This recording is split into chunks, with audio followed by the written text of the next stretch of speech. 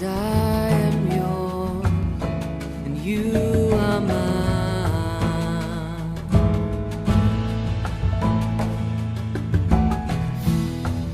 'Cause I am yours, you are mine. You are mine.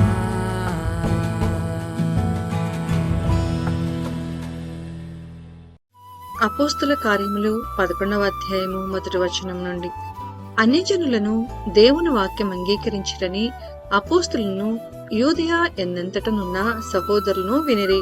పేతురు యెరూషలేమునకు వచ్చినప్పుడు సున్నతి పొందిన వారు, నీవు సున్నతి పొందని వారి యొద్దకు పోయి వారితో కూడా భోజనము చేసిత్వని అతనితో వాదము పెట్టుకొనిరి. అందుకు పేతురు మొదటి నుండి వరుసగా వారికి ఆ సంగతి ఇలాగు వివరించి చెప్పెను. నేను యొప్పే పట్టణంలో ప్రార్థన చేయుచుండగా పరవశుడనైతిని. అప్పుడు ఒక దర్శనము నాకు కలిగెను. అది ఏదనగా 4 చెంగులు పట్టి దింపబడిన పెద్ద దుప్పటి వంటి ఒక విధమైన పాత్ర ఆకాశం నుండి దిగి నా యొద్దకు వచ్చెను. దాని వైపు నేను తేరి చూచి పరీక్షింపగా భూమి యందుండు చతుష్పాద జంతువులను, అడవి మృగములను, రాకెడు పురుగులను, ఆకాశ పక్షములను నాకు కనపడెను. అప్పుడు పేతురు, నీవు లేచి చంపుకొని తినుమని ఒక శబ్దము నాతో చెప్పుట వింటిని.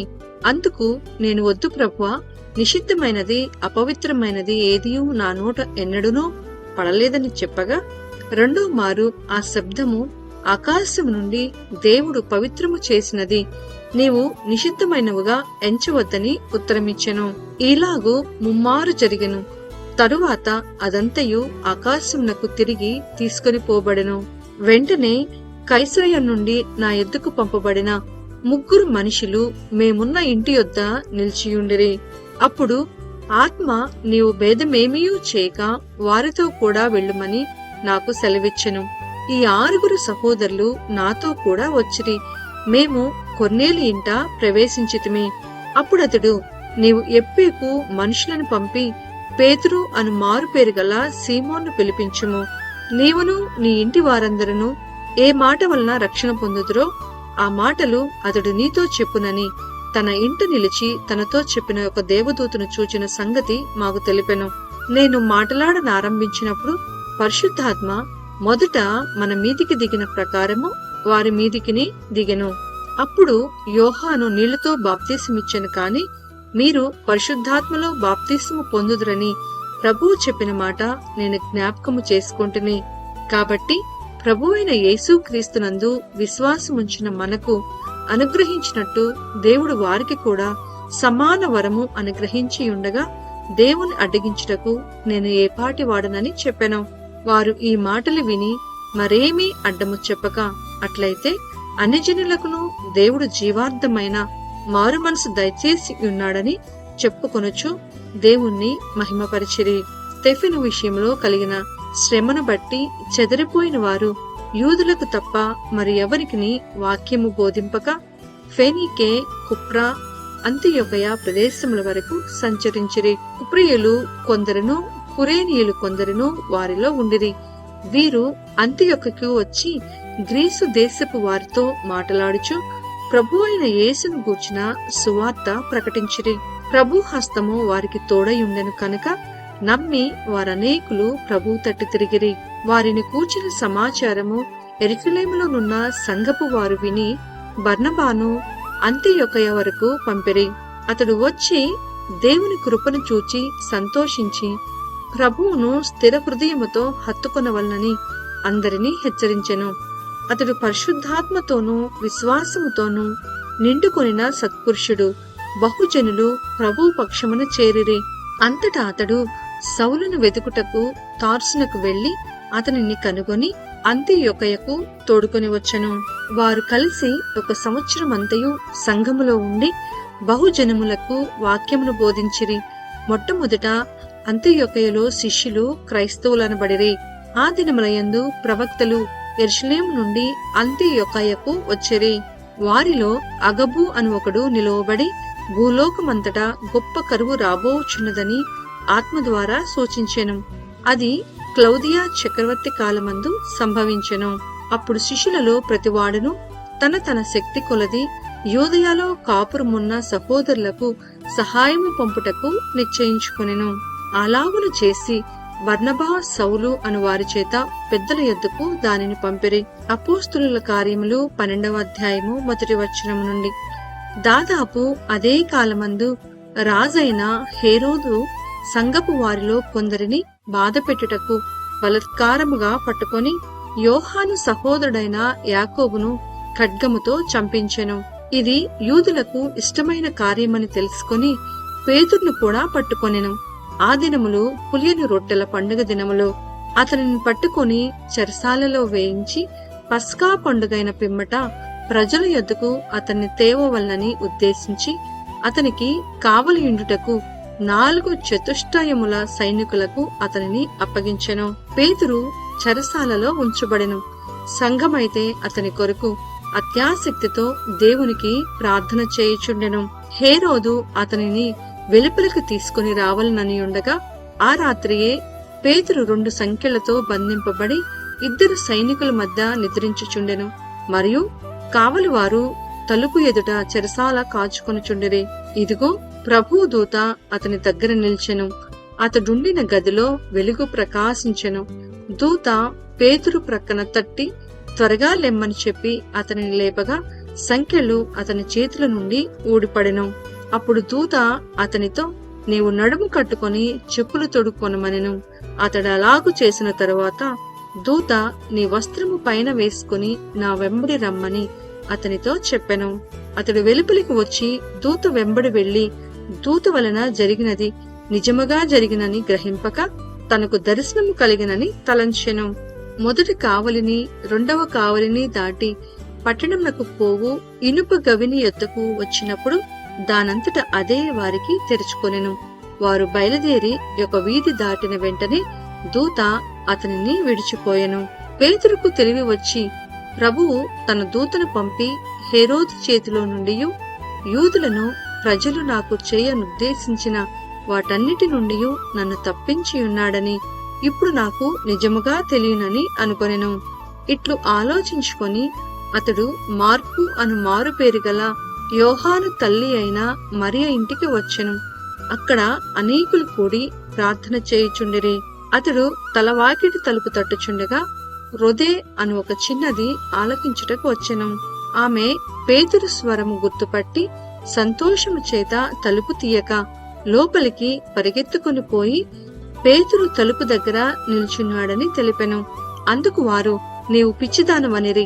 అయితే తాను చెప్పినది నిజమని ఆమె దృఢముగా చెప్పినప్పుడు వారు అతని దూత అనిరి. పేతురు ఇంకనూ తట్టుచున్నందున వారు తలుపు తీసి అతనిని చూచి విభ్రాంతి నొందిరి.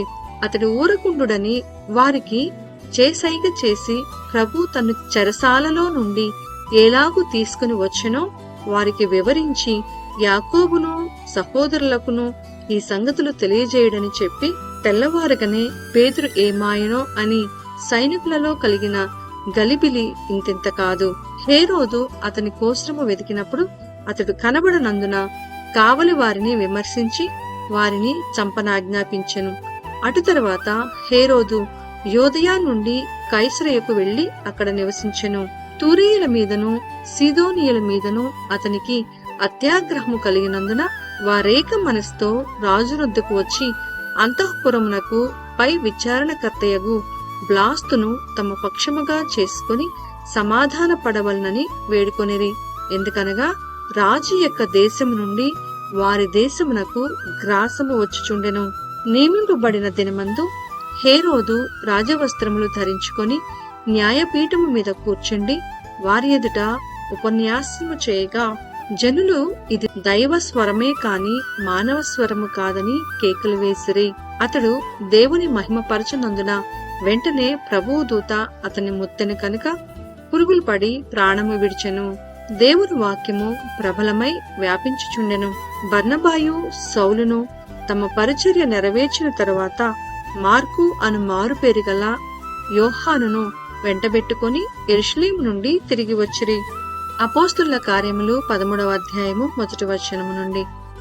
అంతియొకయోనున్న సంఘములో బర్నబా, నీకెరా అనబడిన సిమియోనును, కురేనీయుడైన లూకియా, చతుర్థాధిపతి అయిన హేరోదుతో కూడా పెంచబడిన మనయేను, సౌలు అను ప్రవక్తలను బోధకులను ఉండిరి. వారు ప్రభువును సేవించుచు ఉపవాసము చేయుచుండగా పరిశుద్ధాత్మ, నేను బర్నబాను సౌలును పిలిచిన పని కొరకు వారిని నాకు ప్రత్యేకపరచుడని వారితో చెప్పెను. అంతటి వారు ఉపవాసముండి ప్రార్థన చేసి వారి మీద చేతులుంచి వారిని పంపిరి. కాబట్టి వీరు పరిశుద్ధాత్మ చేత పంపబడిన వారై సెలూకయకు వచ్చి అక్కడ నుండి ఓడ ఎక్కి కుప్రకు వెళ్ళిరి. వారు సలమీలో ఉండగా యూదుల సమాజ మందిరములలో దేవుని వాక్యము ప్రచురించుచుండిరి.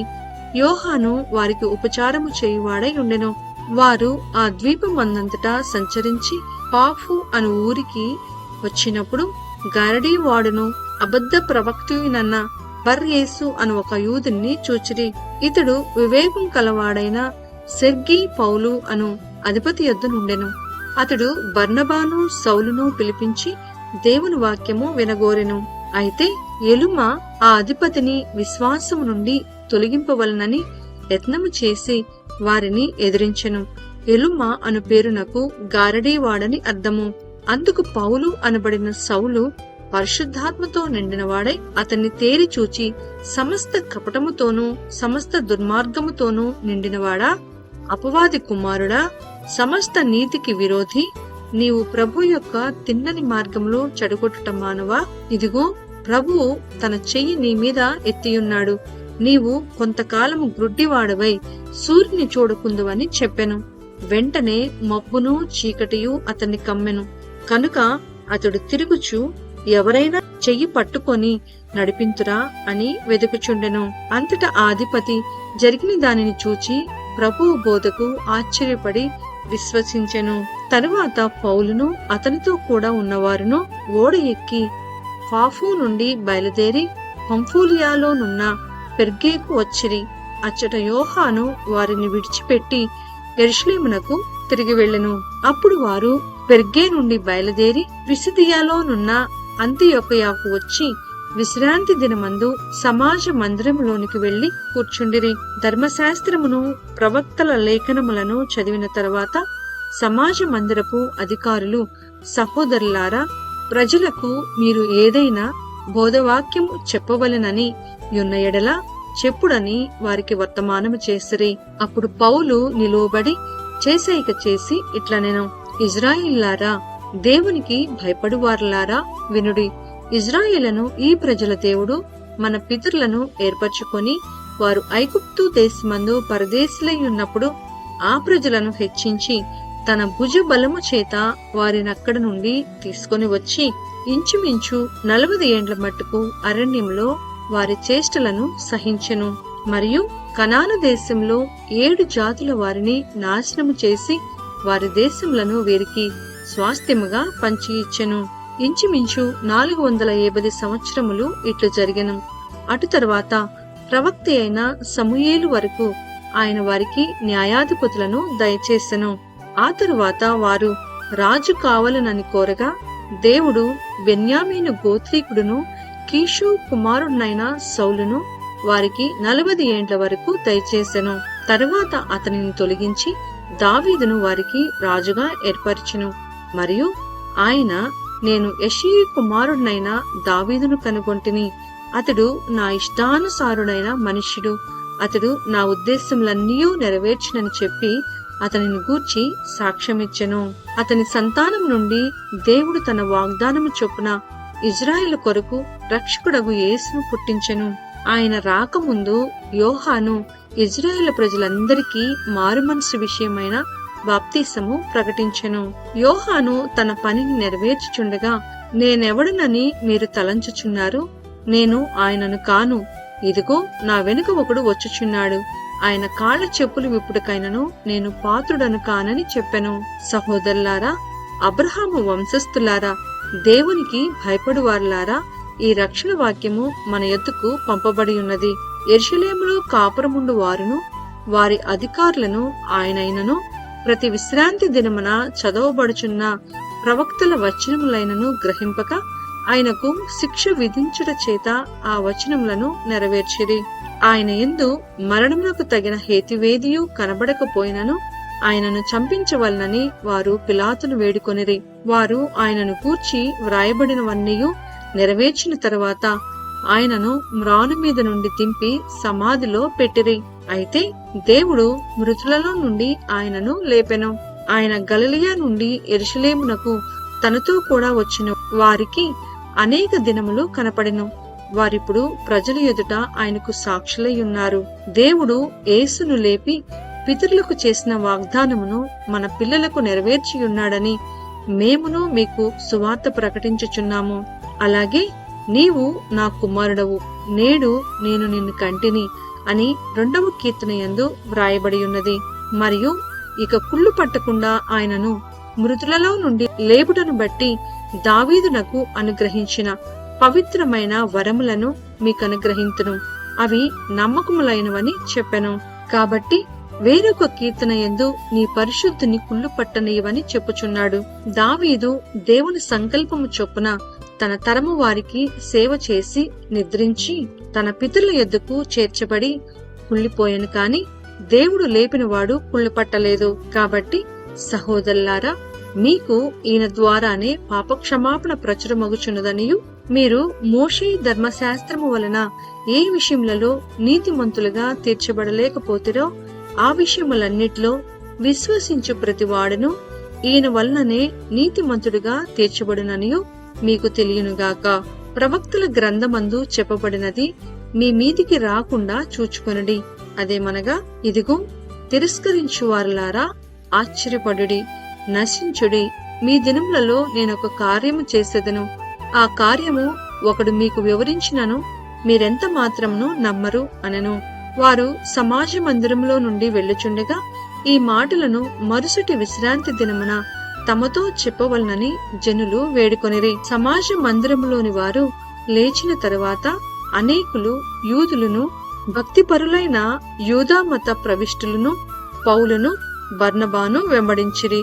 వీరు వారితో మాటలాడుచు దేవుని కృపయందు నిలకడగా నుండవలనని వారిని హెచ్చరించిరి. మరుసటి విశ్రాంతి దినమున దాదాపుగా ఆ పట్టణమంతయు దేవుని వాక్యము వినుటకు కూడివచ్చెను.